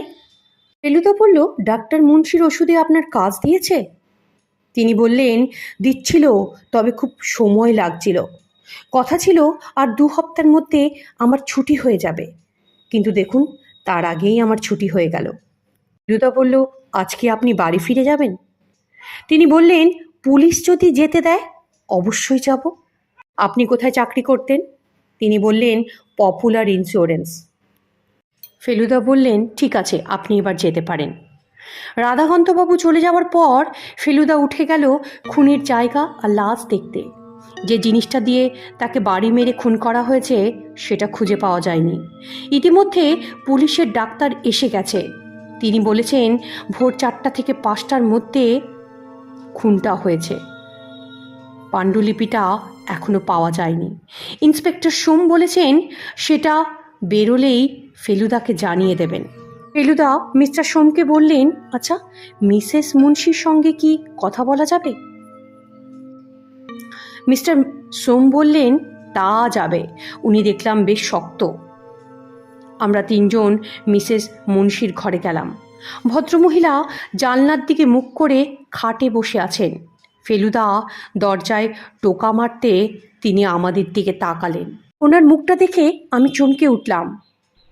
হুবহু একবারে ওনার ভাইয়ের মতো দেখতে। আমার মনে হলো ওনারা যমজ। ফেলুদা ওনার দিকে তাকিয়ে নমস্কার করে বলল, আমার নাম প্রদোষ মিত্র। আমি একজন প্রাইভেট ইনভেস্টিগেটর। আপনার স্বামীর মৃত্যুর ব্যাপারে তদন্ত করতে এসেছি। ভদ্রমহিলা বললেন, আপনি কি কিছু জিজ্ঞেস করতে চান? দেখে অবাক হলাম যে ভদ্রমহিলার কথায় বিন্দুমাত্র কান্নার কোনো রেশ নেই। ফেলুদা বলল, সামান্য দুটো প্রশ্ন। ভদ্রমহিলা বলল, করুন। ফেলুদা বলল, এই যে হত্যা সম্বন্ধে আপনার কিছু বলার আছে? ভদ্রমহিলা খানিকক্ষণ থামল, তারপরে বলল, ওর ওই ডায়েরিটাই ওর কাল। আমি ওকে কতবার বলেছি তুমি লিখছো লেখো, কিন্তু এ জিনিস ছাপিও না। আমাদের দেশের লোকেরা এত সত্যি কথা পছন্দ করে না। অনেকে ব্যথা পাবে, অনেকে অসন্তুষ্ট হবে। দেখতেই তো পাচ্ছেন আজ কি হয়ে গেল। ফেলুদা বলল, আমি কিন্তু ডায়েরিটা পড়েছি। আমার কিন্তু মনে হয় না যে ওটা বেরোলে কেউ ব্যথা পেত। ভদ্রমহিলা বলল, আপনার কথা শুনে আমি খুশি হলাম। ফেলুদা বলল, আপনি আর চন্দ্রনাথবাবু কি যমজ ভাই বোন? তিনি বললেন, হ্যাঁ। আপনি কি ডাক্তার মুন্সিকে প্রস্তাব করেন আপনার ভাইকে এখানে রাখার জন্য? তিনি বলেন, হ্যাঁ, আমি ওনাকে বলেছিলাম। উনি আমার কথা রাখতেই অনিচ্ছা সত্ত্বেও মত দেন। ফেলুদা বলল, অনিচ্ছা কেন? ভদ্রমহিলা বললেন, কারণ আমার ভাই চাকরি করতেন না। উনি সেটা মেনে নিতে পারছিলেন না। উনি নিজে ছিলেন কাজ পাগল মানুষ। কাজ ছাড়া যে কিছু থাকতে পারে উনি এটা কখনো ভাবতেই পারেন না। ফেলুদা ভদ্রমহিলাকে ধন্যবাদ জানালো এবং আমরা সকলেই সেখান থেকে চলে আসলাম। বাড়ি ফিরতে আমাদের বেজে গেল প্রায় 12টা। সকালে খাওয়া দাওয়া ঠিকমতো হয়নি বলে লালমোহনবাবুকে এখানেই দুপুরের খাওয়া খেয়ে যেতে বলা হলো। ভদ্রলোক রাজিও হয়ে গেলেন। সোফাতে বসতে বসতে ভদ্রলোক একটি বিকট টাইপের কথা বললেন, মহিয়সী মহিলা মহাশয়, এত বড় একটা ট্র্যাজেডিতে এতটুকু টস্কাননি, অথচ ভাইটা তো একেবারে গোবর গণেশ। ফেলুদা বলল, সেই জন্যই তো মহিলার ভাইয়ের ওপর এত টান। এ বড় জটিল মনোভাব, বুঝেছেন লালমোহনবাবু? স্নেহ, অনুকম্পা এসব তো আছেই, তার মধ্যে কোথায় যেন একটা মাতৃত্বের রেশও আছে। ভদ্রমহিলার নিজের কোনো ছেলেপিলে নেই এবং ডাক্তার মুন্সির প্রথম পক্ষের স্ত্রীর ছেলের প্রতিও তার কিন্তু কোনো টান নেই। এসব কথা ভুললে কিন্তু চলবে না। তার উপরে তারা আবার যমজ। লালমোহনবাবু বললেন, ও তা তো বটেই, তা তো বটেই। আপনার কি মনে হয় বলুন তো, ভদ্রমহিলার সাথে ডাক্তার মুন্সির বনিবনা ছিল? ফেলুদা বলল, এ কথা কিন্তু ডাক্তার মুন্সির পরিবারের অন্তরঙ্গ ছাড়া বলা মুশকিল। আমার পক্ষেও খানিকটা পরিষ্কার করা মুশকিলই বলতে পারেন। আচ্ছা, ভদ্রমহিলাকে দেখে তার সঙ্গে কথা বলে আপনাদের কিছু নূতনত্ব লাগেনি? লালমোহনবাবু তার নিজের মাথারটাকে হাত দিতে থাকলেন। সেই সময়ে আমি বলে উঠলাম, আমার মনে হয় উনি ডায়েরিটা পড়েছেন, তাই না ফেলুদা? ফেলুদা একটু উচ্ছ্বসিত হয়ে বলল, সাবাস তোপসে, সাবাস। ফেলুদা বলল, ডাক্তার মুন্সি বলেছিলেন 2জন কি 3জন ছাড়া ডায়েরির কথা কেউ জানে না। এই কথাটা মনে হয় সবটা সত্যি নয়, বুঝেছেন? তাছাড়া আমার মনে হয় তার বউয়ের সঙ্গে খুব একটা অসদ্ভাব ছিল না, কারণ যদি বনিবনা না থাকে তার নামে কেউ বই উৎসর্গ করে না। মোহনবাবু এবার হাসতে শুরু করলো, বলল, আপনি দেখছি ফর্মে আছেন। ভেরি গুড মশাই, ভেরি গুড। ফেলুদা বলল, আর একটা বিষয়ে আমি নোটিস করেছি, জানি না আপনারা করেছেন কি না। আপনারা কি জানেন বা বলতে পারবেন ডাক্তার মুন্সি তার সেক্রেটারির ওপর অতটা দরদ কেন দেখায়? জটায়ু প্রশ্নটা শুনে একটু চুপ হয়ে গেল। ফেলুদা বলল, কি ব্যাপার মশাই, কিছু ভাবছেন? তিনি বললেন, 3জন নামের মধ্যে একজনের পরিচয় তো উজ্জ্বলই রয়ে গেল, ফলে মামলার মধ্যে একটা ফাঁক কিন্তু রয়ে গেছে, কি বলেন? কথাটা বলতে বলতেই হঠাৎ টেলিফোন বেজে উঠল। ফোনটা ধরেছিল ফেলুদা নিজেই। কার সাথে কথাবার্তা হলো সেটা ফেলুদা ফোনে কথা বলার পর আমাদেরকে এসে জানালো। ফেলুদা টেলিফোনটা রেখে এসে ঘুরে সোফায় বসতে বসতে বলল, কি টেলিপ্যাথি বলেন তো? হ্যাঁ, যে উচ্চ মানুষটার সম্বন্ধে আমরা আলোচনা করছিলাম, মনে হয় সেই ফোন করেছিল, কিন্তু সে তার পরিচয় জানায়নি। শুধু তিনি এটুকুই বলেছেন যে তিনি একজন ডাক্তার। তিনি জানতে পেরেছেন যে ডাক্তার মুন্সি খুন হয়েছে, তাই তিনি আমাকে ফোন করেছেন। তিনি হয়তো আরও অনেক কিছু জানেন, কিন্তু আমার কাছে জানতে চাইলেন যে আমি তার পরিচয় জানি কি না।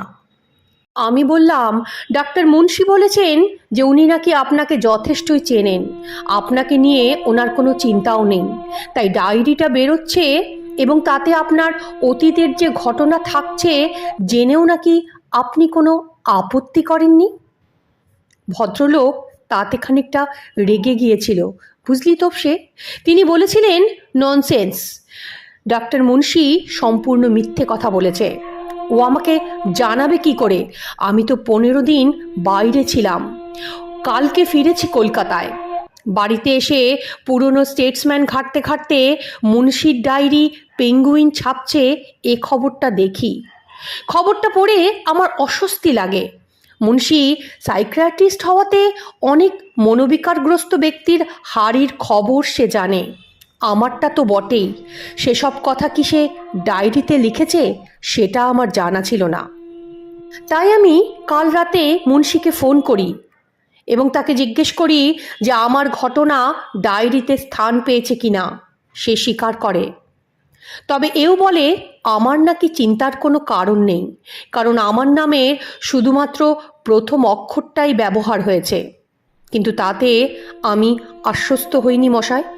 আমি 24 বছর আগেও ডাক্তার ছিলাম, এখনও আছি। তখনকার অনেক পেশেন্ট এখনও আমার পেশেন্ট। ডায়েরি থেকে তারা আমাকে চিনে ফেলবে না তার গ্যারান্টি কে দেবে?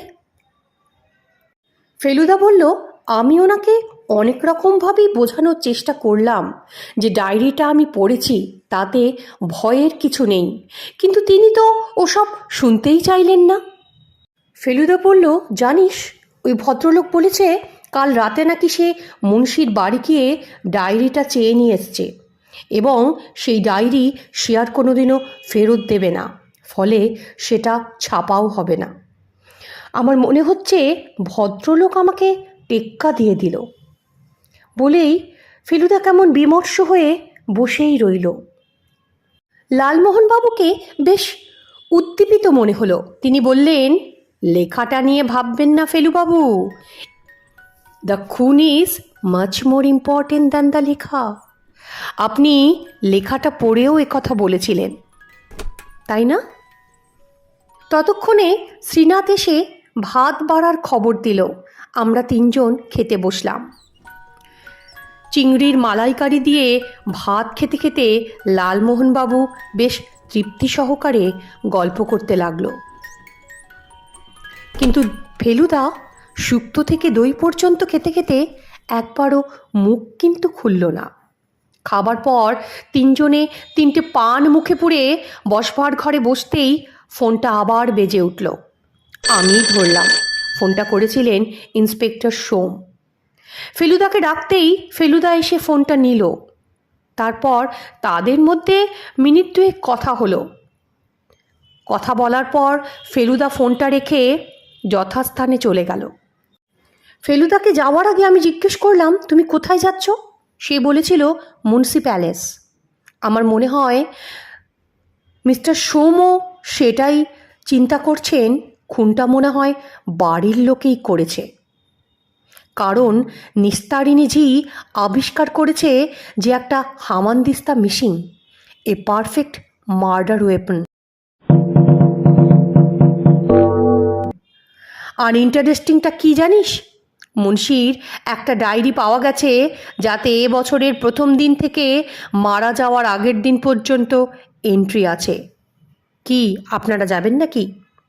বলতে বলতেই আমরা তিনজনেই বেরিয়ে পড়লাম আবার। নূতন আবিষ্কৃত ডায়েরিটা ইন্সপেক্টর সোমের কাছ থেকে ফেলুদা নিয়ে পাতা উল্টাচ্ছিল। সেই সময় সামনে আসলো ডাক্তার মুন্সির ছেলে শঙ্করবাবু। ফেলুদা তাকে জিজ্ঞেস করলো, আপনি জানতেন যে আপনার বাবা এখনো পর্যন্ত ডায়েরি লিখে যান? তিনি বললেন, সেটা আমার জানার বিষয় নয়, আপনি পারলে তার সেক্রেটারিকে জিজ্ঞেস করতে পারেন। আমরা যখন সবাই মিলে বসবার ঘরে, সে সময় ফেলুদা সুখময় বাবুকে একই প্রশ্ন করল। তিনি বললেন, ডাক্তার মুন্সি ডায়েরি লিখবেন, এতে আশ্চর্যের কি আছে?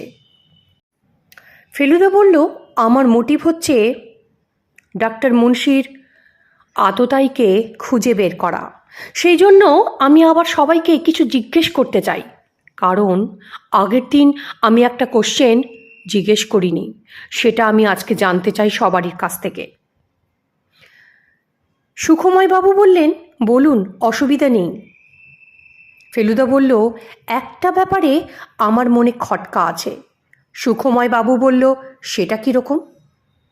দেখুন, শঙ্করবাবুর মতে ডাক্তার মুন্সি নাকি তার পেশেন্ট ছাড়া সব কিছুতেই উদাসীন ছিল, কিন্তু আপনি তো তার পেশেন্ট নন, তাহলে আপনার প্রতি এত স্নেহবর্ষণ কেন? ডায়েরি পড়ে জেনেছি 5 বছর আগে আপনার নাকি অ্যাপেন্ডিসাইটিস অপারেশন হয়, তার খরচ সম্পূর্ণ ডক্টর মুন্সি বহন করেন। অপারেশনের পর আপনি 10 দিনের জন্য পুরী যান, সে খরচও তিনিই বহন করেন। কেন? এর কোনো কারণ আপনি দেখাতে পারেন? এই পক্ষপাতিত্ব কিসের জন্য? সুখময় বাবু বলেন, সেটা আমি বলতে পারবো না, কারণ আমি জানি না। ফেলুদা একটু গম্ভীর হয়ে বলল, যদি আপনি সত্যি কথা বলেন বা কোনো কথা গোপন না করেন, তাহলে আমাদের কাজটা অনেকটা সহজ হয়। ভদ্রলোক বলল, দেখুন, আপনার কি মনে হচ্ছে আমি জানি না, কিন্তু আমি সত্যি কথাই বলছি। ঘড়িতে এখন 3:25। লালমোহনবাবু আমাদেরকে বাড়ির সামনে নামিয়ে দিয়ে তার বাড়ির দিকে রওনা হলো। আমরা ঘরে ঢুকে ফুল স্পিডে পাখা দিয়ে গা ছড়িয়ে বসলাম। ফেলুদা তার চাকরকে চা দিতে বলল। আমি আর ফেলুদা দুজনার দিকে তাকিয়ে আছি, কিন্তু দুজনাই চুপ। হঠাৎ করে ফেলুদাই প্রথম বলল, তোকে কয়েকটা আইটেম পড়ে শোনাচ্ছি, আমার মনে হয় তুই চিন্তার খোরাক পাবি। ভালো করে শোন তোপসে, পয়েন্টগুলো ভালো করে শোন। এগুলো আমি এন্ট্রি করেছি ডাক্তার মুন্সির ডায়েরি থেকে। 1 নম্বর পয়েন্ট, আজ একটা নূতন পেশেন্ট রাধানাথ মল্লিক আমার ঘরে ঢুকে চেয়ারে বসে প্রথমেই পকেট থেকে এক টুকরো কাগজ বার করে হাতের তেলোই রেখে সেটার দিকে আর আমার দিকে কয়েকবার দেখে কাগজটা দলা পাকিয়ে ওয়েস্ট পেপার বক্সে ফেলে দিল। ওটা কি ফেললেন জিজ্ঞেস করাতে তিনি বললেন, যাচাই করে নিলাম ঠিক লোকের কাছে এসেছি কিনা। তার পাশে ডাক্তার লিখেছিল, আমি কাউকে বিশ্বাস করি না, কাউকে না। তার মানে ভদ্রলোকের পারসিকিউশন মেনিয়া। দ্বিতীয় পয়েন্ট শোন, আরএমকে নিয়ে সমস্যা, সে নিজের বাড়িতে এক দ্বন্দ্ব টিকতে পারে না, আর দাদা তার পড়শি সকলেই তার মনে আতঙ্কের সঞ্চার করেছে। Difficult case. আমি বলছি তাকে যে সে যেন কাল থেকে এখানেই চলে আসে। আমার তো 2টো ঘর ফাঁকা, সে একটাতে থাকুক যতক্ষণ না সে সুস্থ হয়। তারপরে তৃতীয় এন্ট্রি, আরএমকে নিয়ে সমস্যা মিটছেই না। আজ ওকে কাউচে শোয়ানোর আগে ও আমার অফিসে এসে বসেছিল। আমি তখন বিলেত থেকে সদ্য আসা একটা জরুরি চিঠি পড়ছিলাম। পড়া শেষ করে ওর দিকে চেয়ে একটা আশ্চর্য ব্যাপার দেখলাম। আমার ভারী কাচের পেপার ওয়েটটা হাতে নিয়ে ও কেমন যেন অদ্ভুতভাবে আমার দিকে চেয়েছিল। ও যদি আমাকেও ওর শত্রুপক্ষ ভাবে, তাহলে তো চিকিৎসা করা মুশকিল। 4 নাম্বার পয়েন্ট, তিনি লিখেছেন, আমি ওষুধের শিশিটা ভুল করে অফিসে ফেলে এসেছি। রাত্রে শোবার আগে সেটা আনতে গিয়ে প্যাসেজ থেকে বুঝলাম ঘরে বাতি জ্বলছে। ভেবেছিলাম হয়তো সুখময় কোনো কাজ করছে, কিন্তু গিয়ে দেখি শঙ্কর। সে আমার দিকে পিঠ করে ঝুঁকে পড়ে টেবিলের নিচের দেরাজটা বন্ধ করছে। আমাকে দেখে ভারী অপ্রস্তুত হয়ে গেল। বলল, এয়ারমেল খাম ফুরিয়ে গেছে, তাই এখান থেকে নিতে এসেছে। আমি ওকে দুটো খাম দিলাম।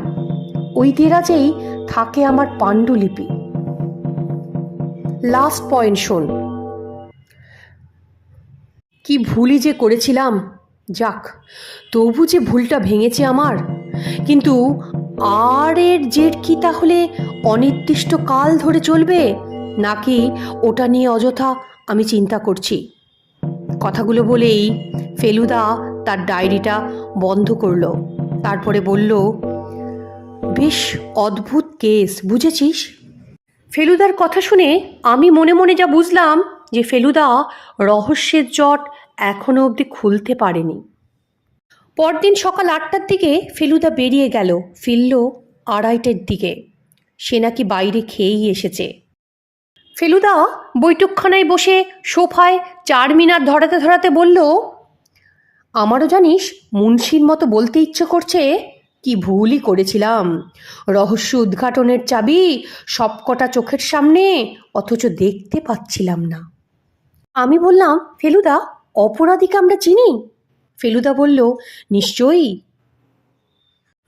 বিকেলে চা খাওয়ার ঠিক আগেই লালমোহনবাবু উপস্থিত হলেন। ঘরে ঢুকেই কাউচে বসতে বসতে তিনি বললেন, আপনি এখন কোন পর্যায়ে মশাই? কি ধরব? রহস্য উদ্ঘাটন শেষ, না আমরা এখনো মধ্যে ভাসছি?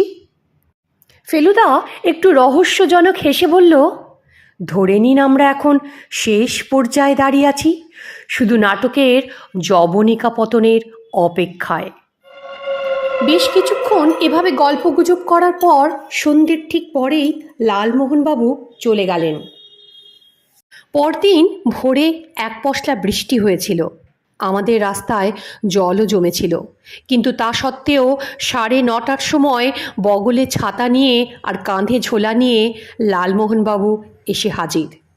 তিনি কাউচে বসতে বসতে আমার দিকে তাকিয়ে বললেন, ভাই তোপসে, আজ জগন্নাথকে বলো যেন ভালো করে খিচুড়ি রাঁধে। নাটকের পর মধ্যাহ্ন ভোজনটা এখানেই করে যাব। আমরা যখন বৈঠকখানায় পৌঁছালাম তখন দেখলাম ইন্সপেক্টর সোম তার আগেই বাড়ির প্রত্যেকটা সদস্যকে বৈঠকখানায় উপস্থিত করেছে। আর সেই মুহূর্তেই নিচের বড় ঘড়ির থেকে ঢং ঢং করে সকাল 10টার ঘণ্টা বাজল। ফেলুদা ঘরে ঢুকেই চেয়ারে বসতে বসতে প্রথমেই শঙ্করবাবুকে বললেন, আমি সেদিন যখন বললাম যে ডাক্তার মুন্সি তার ডায়েরিতে আপনার নাম অনেকবার উল্লেখ করেছেন, তা শুনে আপনি বিস্মিত হন, এবং আমি যখন বললাম যে তিনি আপনার সম্বন্ধে নিশ্চয়ই সত্যি কথাই বলেছেন, তখন আপনি বেশ বিরক্ত হয়েছিলেন আর বলেছিলেন, বাবা আবার আমাকে চিনল কবে? তিনি তো সবসময় তার পেশেন্ট নিয়েই ব্যস্ত। তবে আপনার এরকম মনোভাব হওয়ার কারণ কি শঙ্করবাবু? শঙ্করবাবু তখন অনিচ্ছা সত্ত্বেও বলল, কারণ বাবা সামনাসামনি কোনোদিনও আমার প্রশংসা করেনি। ফেলুদা বলল, তেমনি নিন্দেও তো করেনি, তাই তো? শঙ্করবাবু বললেন, হ্যাঁ, এই কথাটা ঠিক। আরেকটা প্রশ্ন করি, আমি যখন গতকাল দুপুরে এসেছিলাম আপনাদের বাড়ির ভৃত্য মালির সাথে একটু আলোচনা করছিলাম। মালি বলে যে তিনি নাকি আপনাকে সকালবেলা বেরোতে দেখেছেন, আপনার হাতে নাকি একটা বড় ব্যাগ ছিল, কিন্তু যখন আপনি ফিরে এসেছিলেন তখন আপনার হাতে কিছুই ছিল না। কথাটা শুনে শঙ্করবাবু চুপ। তার নিঃশ্বাস জোরে জোরে পড়তে শুরু করেছিল। এত কিছুর পরেও ফেলুদা বলল, উত্তরটা আপনি দেবেন না আমি? শঙ্করবাবু নিরুত্তর। ফেলুদা বলল, ব্যাগে ছিল আপনার বাবার ডায়েরির পাণ্ডুলিপি, তাই তো? ডাক্তারের সঙ্গে দেখা করে বা করার আগে আপনি সেটা লেকের জলে বিসর্জন দেন, তবে তার কারণ কি? ফেলুদার গলাটা হঠাৎ চড়ে গেল। আপনি ডায়েরিটা পড়ে দেখেছেন যে আপনার বাবা আপনার সম্বন্ধে একটিও প্রশংসাসূচক কথা বলেননি, তাই তো? এবার ফেলুদার গলা ছাপিয়ে শঙ্করবাবু বলে উঠলেন, ইয়েস ইয়েস, ওই বই ছাপা হলে আমার রোজগারের রাস্তা চিরদিনের মতো বন্ধ হয়ে যেত। অলস উদ্যমহীন কি না বলেছেন উনি আমাকে। ফেলুদা বলল, রাইট, তাহলে এটা স্বীকার করুন, সেদিন গলা পাল্টিয়ে আরের ভূমিকায় আপনিই আমাকে ফোন করে ঝুড়ি ঝুড়ি মিথ্যে কথা বলেছিলেন, তাই তো? যাতে আমার সন্দেহ আপনার উপর না পড়ে, তাই তো? কথাটা শুনে শঙ্করবাবু দাঁড়িয়ে উঠেছিলেন, ধপ করে বসে পড়লেন। ফেলুদার দৃষ্টি ঘুরল পায়ে বসা সুখময় বাবুর দিকে। তিনি বললেন, আমি আপনাকে একটা প্রশ্ন করতে চাই। সুখময় বাবু বললেন, করুন। আমি গতকাল সকালে একবার 37 নম্বর বেলতলা রোডে যাই। সকলের অবগতির জন্য বলছি, এটা হলো সুখময় বাবুর বাড়ির নাম্বার। আমার মনে হচ্ছিল উনি কিছু গোপন করছেন এবং হয়তো ওর বাড়ির লোকের সঙ্গে কথা বললে কিছুটা আলোর সন্ধান পাওয়া যেত। কথাটা বলতে বলতে ফেলুদার দৃষ্টি ঘুরে গেল সুখময় বাবুর দিকে। আপনার মায়ের সঙ্গে কথা বলে জানতে পারি আপনার বাবার মৃত্যু হয় 24 বছর আগে গাড়ি চাপা পড়ে। এ তথ্যটা কি ডাক্তার মুন্সি জানতেন? দৃষ্টিটা মেঝের থেকে না তুলে সুখময় বাবু বললেন, জানতেন। ইন্টারভিউয়ের সময় থেকেই জানতেন। ফেলুদা বলল, খুব সতর্ক লোকেরও কেমন করে ভুল হয় তার একটা উদাহরণ দিই। শঙ্কর মুন্সি যখন আমার বাড়িতে আসেন তখন নিজের পরিচয় দিয়েছিলেন তিনি ডাক্তার রাজেন মুন্সির ছেলে। ওই রাজেন নামটা আমার মাথা থেকে কেমন যেন বেমালুম লোপ পেয়ে গিয়েছিল। যেটা থেকে যায় সেটা হলো ডাক্তার মুন্সি। কাল ওর লাল ডায়েরি খুলে প্রথম পাতাতেই আর মুন্সি দেখে আমি চমকে উঠি। তাহলে কি ডাক্তার মুন্সি নিজেই তার ডায়েরির আর, এবং তিনি গাড়ি চাপা দিয়ে লোক মেরেছিলেন আর ঘুষ দিয়ে আইনের কবল থেকে বেঁচেছিলেন? আর সেই মৃত ব্যক্তিরই ছেলে তারই কাছে আজ 24 বছর পরে চাকরির ইন্টারভিউ দিতে আসে। সুখময় বাবু এবার চিৎকার করে উঠলেন, বললেন, ভুল ভুল, আপনার বিচার সব ভুল। আমার বাবাকে যিনি চাপা দেন তার উপযুক্ত শাস্তি হয়। ফেলুদা বলল, এই কথাটা আমি জানি, কিন্তু সেটা কি ডাক্তার মুন্সি জানতেন? সুখময় বাবু বললেন, না, তার ধারণা ছিল তিনিই আমার বাবার মৃত্যুর জন্য দায়ী। আসল ঘটনা তিনি জানতে পারেন তার মৃত্যুর কয়েকদিন আগে। ফেলুদা বলল, কিভাবে? কিছুদিন আগেই উনি আমাকে ডেকে পাঠিয়েছিলেন, আর ওর একটা স্বীকারোক্তি করার আছে বলে আমাকে কয়েকটা কথা বলেছিলেন। স্বীকারোক্তিটা কি জানতে পেরে আমি বলি, ডাক্তার মুন্সি, আপনি ভুল করেছেন। আমার বাবাকে যিনি চাপা দেন তার শাস্তি হয়েছে। কথাটা শুনে উনি স্তম্ভিত হয়ে যান, আর আমিও বুঝতে পারি কেন তিনি আমার উপর এতটা সদয় ছিলেন। ঘরের উল্টো দিকে বসা শঙ্করবাবু ঠিক সেই সময়ে একটা শুকনো হাসি হেসে উঠলেন। ফেলুদা বলল, আপনি কিছু বলবেন? তিনি বললেন, না বললে আপনি আরও বেশি ভুল পথে গিয়ে পড়বেন। ফেলুদা বলল, মানে? শঙ্করবাবু বললেন, মানে আমার বাবা জীবনে কোনো দিনও গাড়ি চালাননি। ফেলুদা বলল, এই তথ্যটা কিন্তু আমার অজানা নয় শঙ্করবাবু। মালির সঙ্গে কথা বলার পর আমি ড্রাইভারের সঙ্গে কথা বলে কথা জেনেছি। আপনাদের ড্রাইভার নাকি 30 বছর ধরে আপনাদের ড্রাইভারই করছে।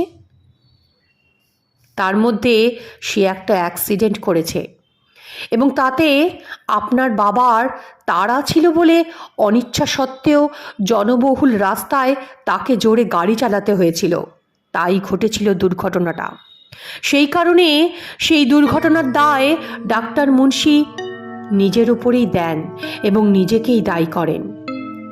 আর ওই যে আর লেখা ডায়েরিতে, সেটা নট রাজেন মুন্সি, সেটা হচ্ছে ড্রাইভার রঘুনন্দন তেওয়ারি।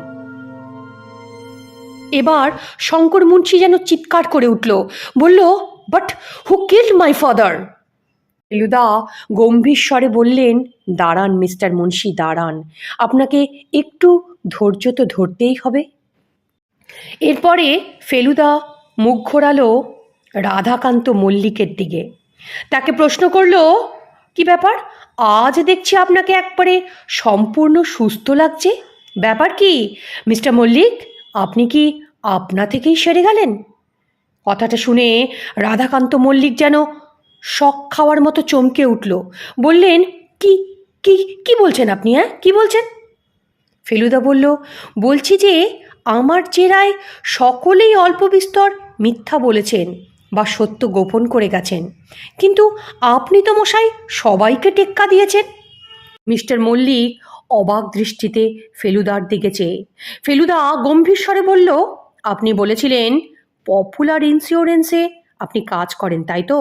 আমি গিয়েছিলাম ভেরিফাই করতে, শুনেছি সেখানে নাকি 4 মাস আগেই আপনি কাজ ছেড়ে দিয়েছেন।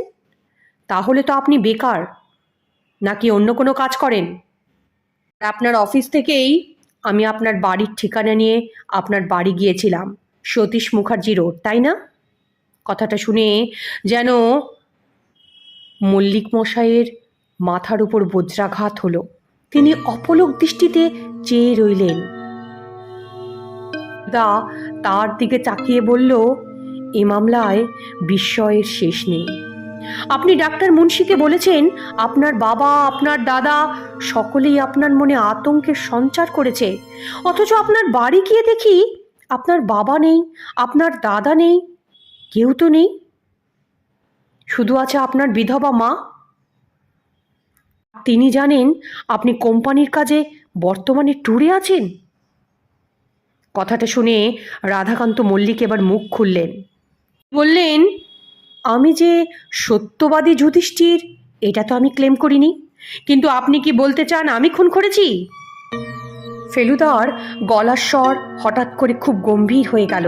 তিনি বললেন, দাঁড়ান মল্লিক মশাই, দাঁড়ান, আমি ধাপে ধাপে এগোই, লাফে লাফে নয়।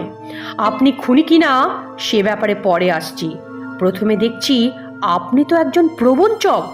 মনোবিকারের অভিনয় করে আপনি মুন্সির কাছে এসেছিলেন চিকিৎসার জন্য, কিন্তু কেন এসেছিলেন সেটা কি জানতে পারি? মিস্টার মল্লিক যেন হঠাৎ করে ক্ষেপে উঠল। তিনি বললেন, আপনি আসল ব্যাপার তো কিছুই জানেন না, যে না জেনে আমাকে আপনি দোষারোপ করছেন। ফেলুদা বলল, দাঁড়ান দাঁড়ান, আপনার মায়ের কাছ থেকে শুনেছি আপনার বাবা নাকি গাড়ি চাপা পড়ে মরে গেছে, যিনি চাপা দেন তার নাকি কোনো শাস্তি হয়নি, এবং গাড়ির মালিক এসে আপনার মার হাতে 5,000 টাকা তুলে দেন ক্ষতিপূরণ হিসেবে। রাধাকান্ত মল্লিক এবার চিৎকার করে বলে, ইয়েস ইয়েস। তখনই আমি ওই লোকটাকে দেখি, তারপরে খবরের কাগজে কিছুদিন আগে আবার তার ফটো দেখি, সেই এক চেহারা। তখনই আমি স্থির করি যে একে বাঁচতে দেওয়া চলে না। কেন জানেন? একটা 12 বছরের ছেলে তার বাবার সঙ্গে ট্রাম থেকে নামছিল, সে দেখলো 2 হাত তফাতেই তার বাবাকে একটা গাড়ি চাপা দিয়ে চলে গেল। ভাবুন তো কি ভয়ঙ্কর দৃশ্য! আজও মনে পড়লে আমার শরীর শিউরে ওঠে। মাসের পর মাস ধরে মাকে জিজ্ঞেস করেছিলাম, যে লোকটা বাবাকে চাপা দিল তার শাস্তি হবে না মা? মা শুধু বলেছিল, বড় লোকেদের শাস্তি হয় না বাবা। তখনই আমি মনস্থির করেছিলাম তাকে শাস্তি আমি দেব।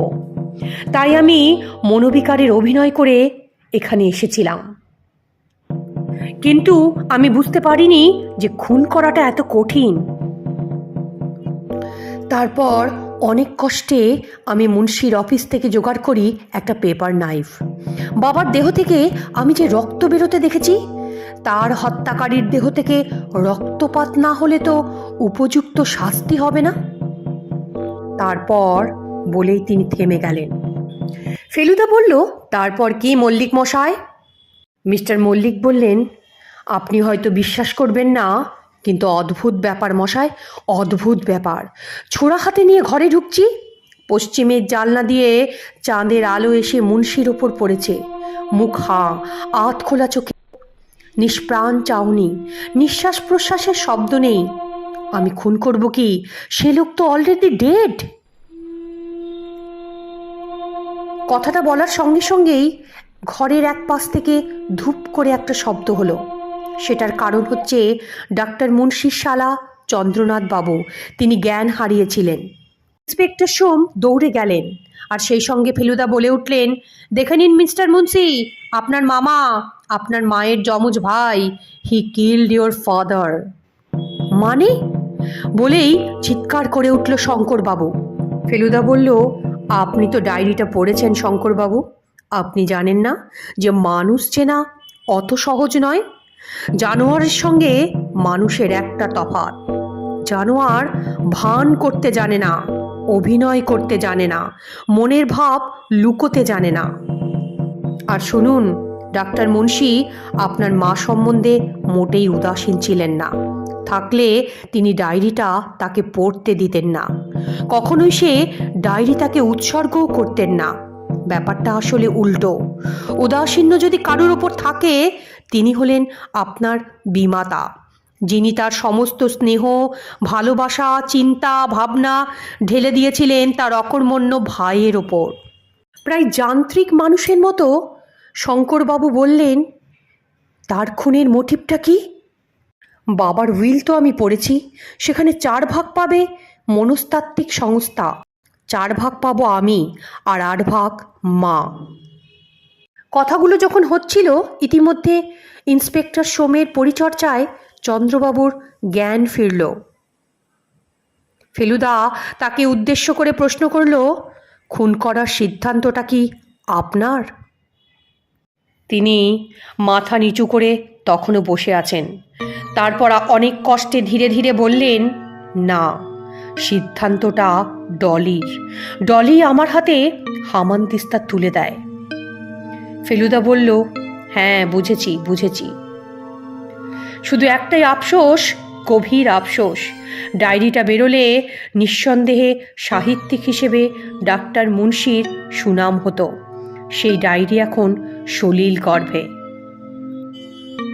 হঠাৎ লালমোহনবাবু চিৎকার করে উঠলেন, অ্যাটেনশন প্লিজ, অ্যাটেনশন অ্যাটেনশন। আমরা সবাই চমকে তার দিকে তাকালাম। তিনি অদ্ভুত হেসে কাঁধের ঝোলা থেকে একটা ফাইল বার করে মাথার উপরে নাড়াতে নাড়াতে বললেন, জলে যায়নি মশাই, জলে যায়নি, here it is, it is doctor মুন্সির পাণ্ডুলিপি।